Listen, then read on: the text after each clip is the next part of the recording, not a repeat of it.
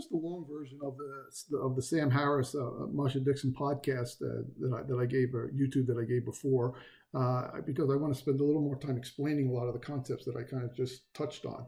And Masha talks about democratic institutions that are not designed for and cannot withstand bad faith actors. So the focus we're going to have on here is the not designed for, which is one of our, we want to talk about why does she believe that, and bad faith actors, right? And we're going to look at that into two different pieces. One is bad faith actors as themselves, and the other is the general concept of bad faith. So let's look at the democratic institutions. We have the executive, the legislative, and the judicial are the three major branches of democracy, and the three major branches and the three major points of democratic institutions. And what Masha says is that they're not designed, they're collaborative and deliberative. So she questions whether that leaves them designed for the capability of bad actors. Because what you're looking at is you have collaboration and deliberation within each branch, and then you have there where they balance each other out, and you have collaboration and deliberation has to actually across all of the different branches, all of the different institutions also, in order for them to be successful. And the issue there is that what happens when you have bad faith actors that are basically, either individually or in collaboration, are basically taking down those institutions.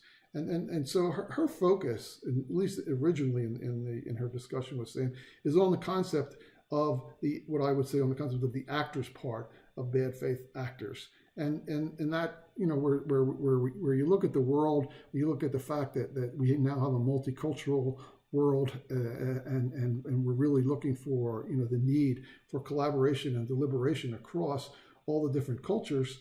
And meanwhile, what we see now is an awful lot of specific, especially in some of the major countries, we have some very strong bullies that are basically bad faith actors.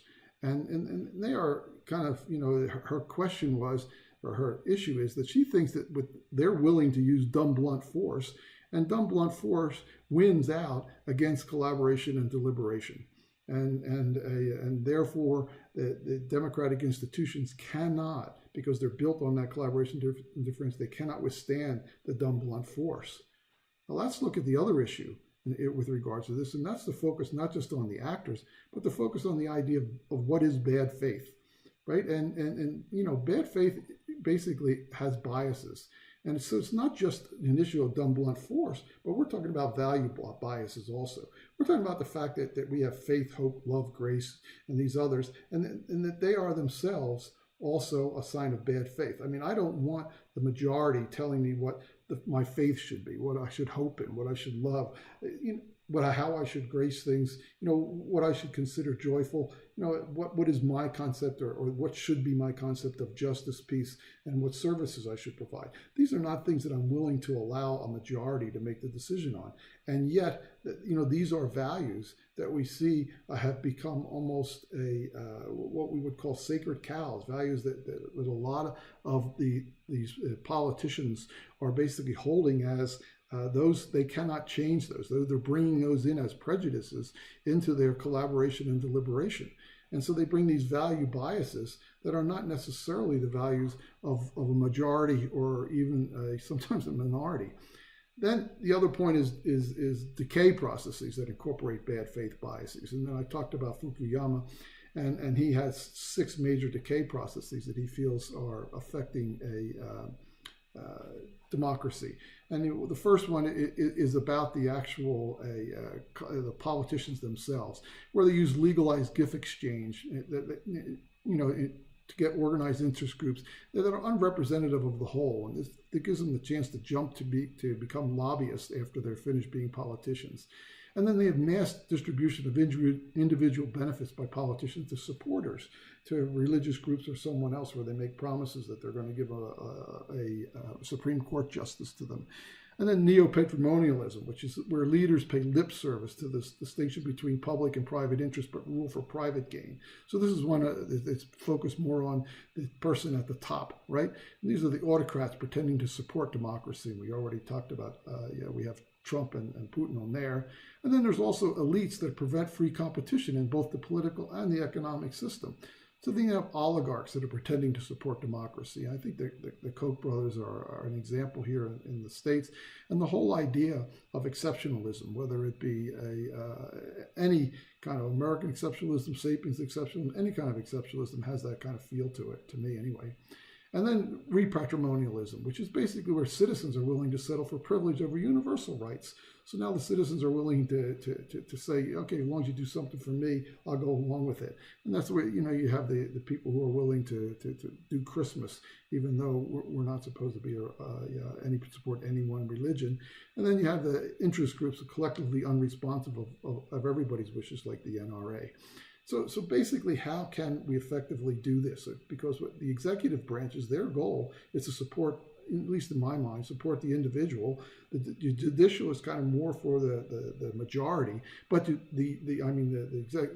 judicial is for all citizens. The judicial branch is supposed to be the support for all citizens, and it's not supposed to basically be kind of influenced by any of those biases. And then he talks about vetoocracy, which he says, basically it's where a special interest group use legal system to stop actions. And this is part of the American Constitution. It's not part of very many other constitutions, right?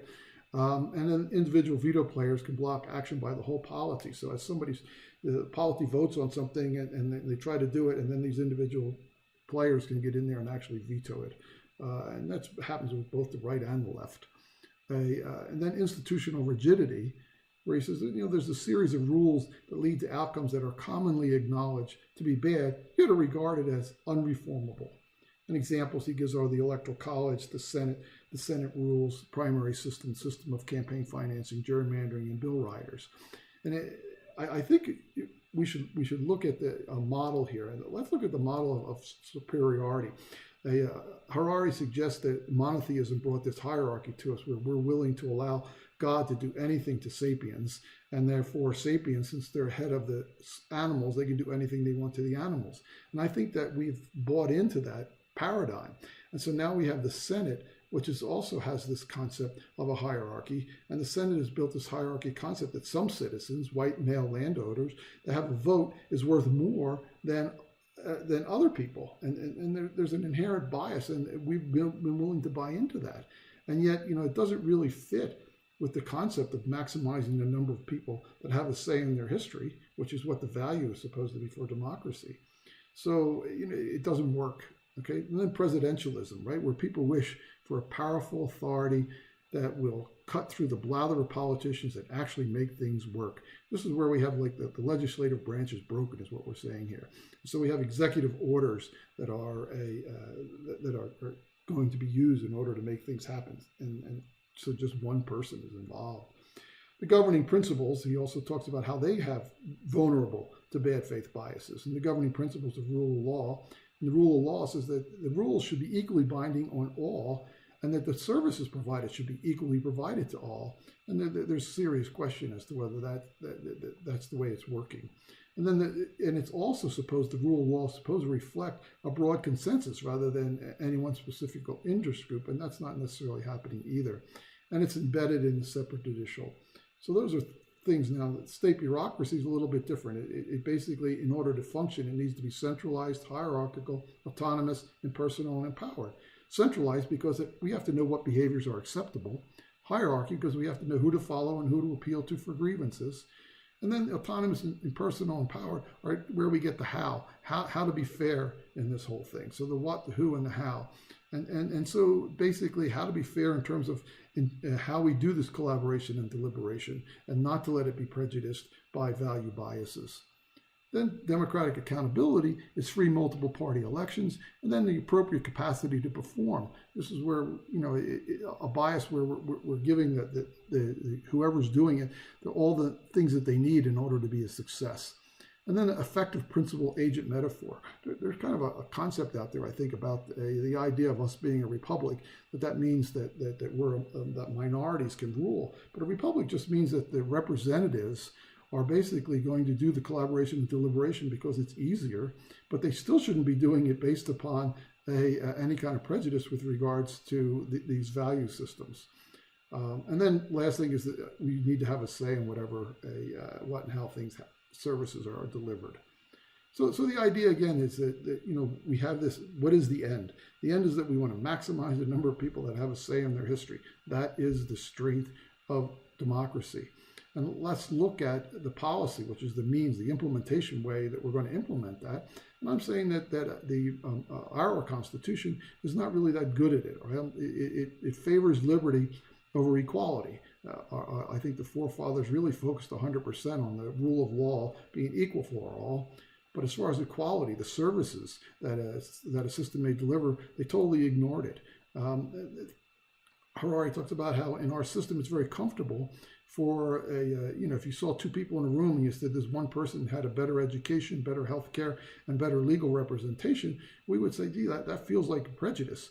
But if that person is not just another individual, but is a wealthy person, we're okay with it. So somehow our Constitution doesn't defend that concept, right? And then we have white over people of color. I mean, it took all the way to 1870, 100 years before people of color got a vote. And then males over females, it took another 50 years before females got a vote. And so, the Senate and the Electoral College that also was put in the original Constitution is basically, it's something over, I don't even know what, over the people, whether it's land, and it doesn't really make it as land, it makes it as these arbitrary state boundaries. And so there's these policy biases. And the policy are basically the implementation means that we're using to deliver the end. And so, we should be able to look at the policies and evaluate them with regards to that. And I honestly think that if you were to evaluate the policies that our forefathers, hate to say this, but I think they get a D as far as the implementation policies. And then, so let's look at these bad faith biases and these bad faith actors, right? And how pervasive is it, and what can be done about it?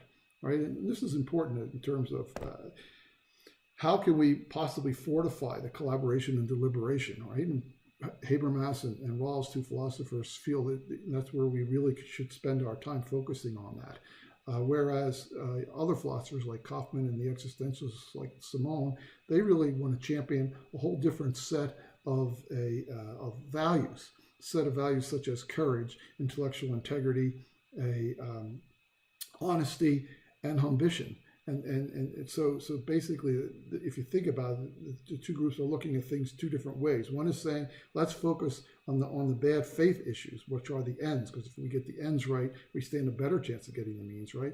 And the other says, well, let's focus on the bad faith actors, right? And let's get them in line, and let's improve that. And Masha she starts talking about bad faith actors, but then she sets on some of the issues about bad faith, but we never get there in the discussion.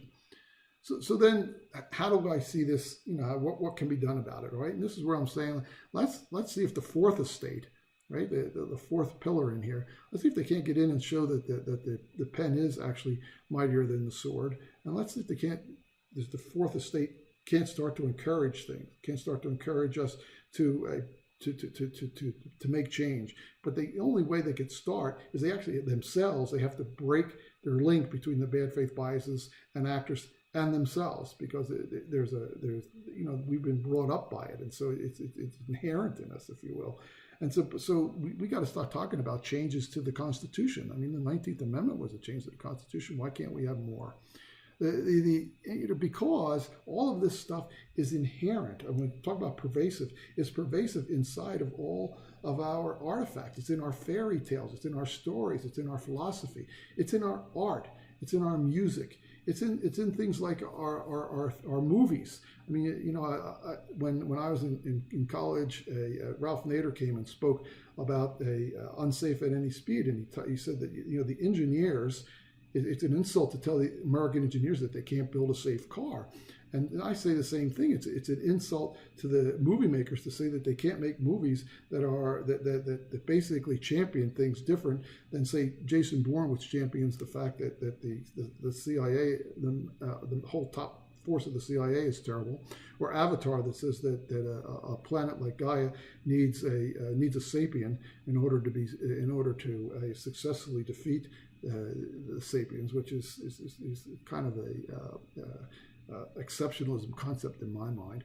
And you see all the same stuff exist in our games and even in our architecture and the way we build things. All of this is all related to to how pervasive this is. It's pervasively, it's kind of woven through the fabric of our artifacts, and so it's going to require a pretty substantial excising in order for us to be successful at delivering a really good democracy.